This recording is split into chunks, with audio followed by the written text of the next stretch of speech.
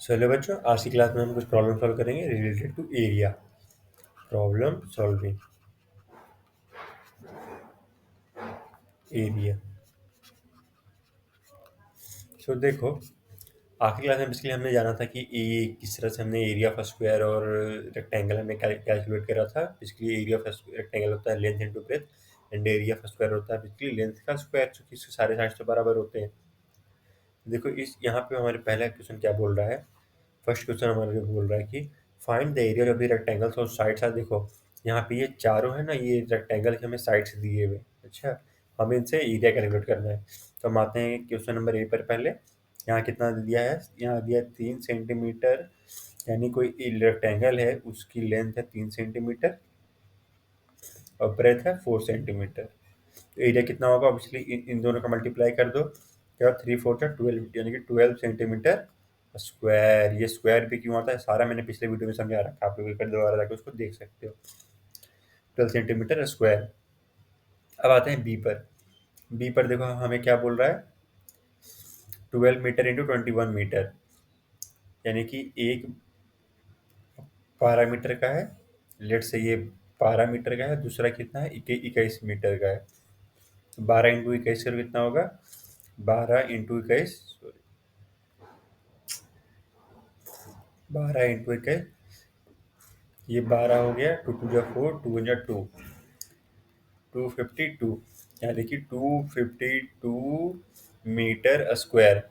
देखो इस सब नंबर्स का मतलब क्या हुआ ना, ये जो एरिया, जो ये जो इतना जो तुम है ना पूरा हमारा रीजन, क्योंकि एरिया में से रीजन ही होता है। इतना जो हमारा जो भी क्षेत्रफल है, इसकी मेजर 252 मीटर स्क्वायर है।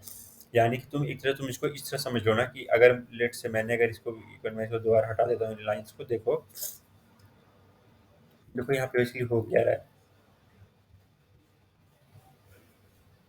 हाँ देखो, यहाँ इसे कहने का मतलब है ना कि अगर मेरे पास यहाँ 12 मीटर लंबी लंबी है, लंबी यहाँ पर ये लाइन है। इसको अगर मैं 21 बार इस तरफ से करता जाऊँ, 1 2 3 4 डॉट डॉट में 21 बार इस तरह से यहाँ तक मैं लाइन खींचता जाऊँ, तो ये पूरे जो एरिया क्या है ना, मल्टीप्लीकेशन इतना होगा, मतलब 252 मीटर। चूंकि यही तो कर रहे हैं, 12 को 21 बार रिपीट करो। मल्टीप्लीकेशन में क्या होता है, मैंने लिखा है 4 इंटू 5, तो मैंने क्या बोला कि ना 4 को 5 बार खुद से ऐड करो, यानी कि 4 + 4 + 4 + 4 + 4, 1 2 3 4 5, 5 बार ऐड करने में कितना आएगा, 20 आएगा। 4 5 कितना होता है, 20 होता है।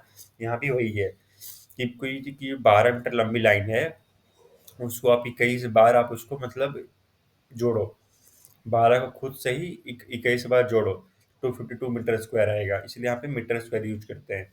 उसी तरह से क्वेश्चन नंबर सी और डी आप एक बार सॉल्व कर सकते हो।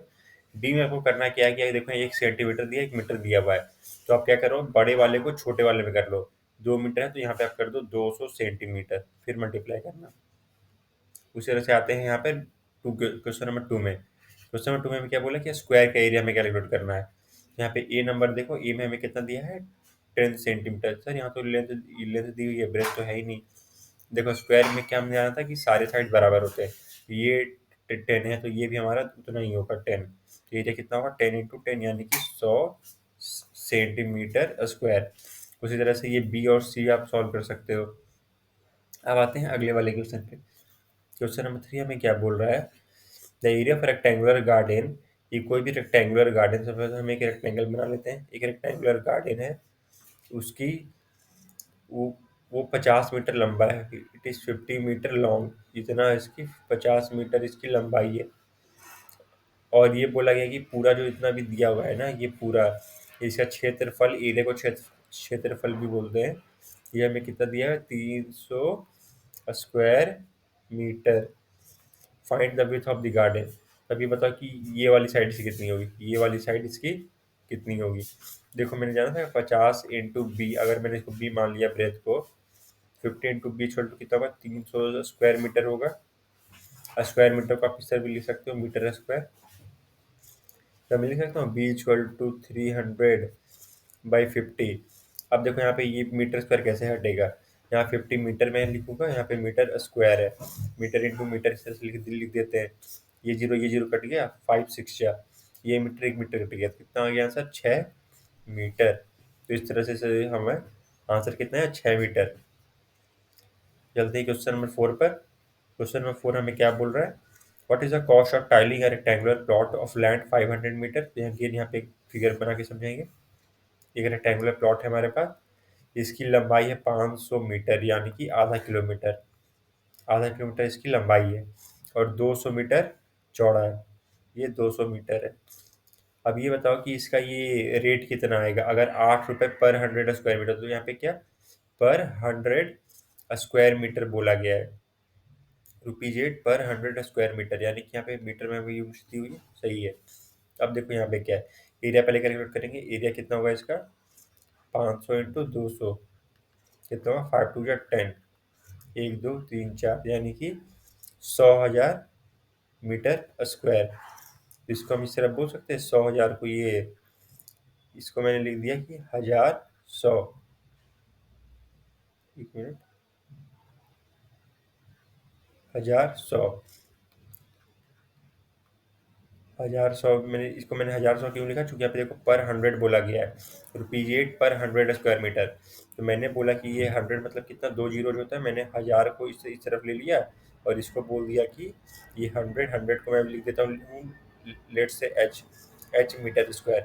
मैंने 2 जीरोज को 100 मान के एच यहाँ अलग से लिख दिया। अब बोल रहा है कि रुपीज 8 पर 100 स्क्वायर मीटर।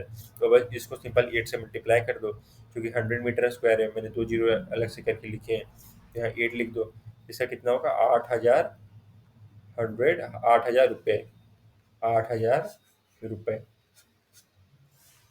याद रखना यहाँ पे यूनिट वगैरह देख लेना है तुम्हें। यहाँ पे रुपीज 8 पर स्क्वायर मीटर नहीं बोला गया है, पर 100 स्क्वायर मीटर बोला गया है। तो मैंने इसलिए 2 जीरो यहाँ से, अगर यहाँ पे 1000 लिखा होता तो मैं यहाँ पे 3 जीरो लिख के इसको लिख देता टी, फिर उसको 8 से मल्टीप्लाई करते हैं। तो इस तरह से आपको एकदम अच्छे से ये देख कर चलना है कि यार यहाँ पे यूनिट तो सही दी हुई है ना, यूनिट का समझना बड़ा जरूरी है।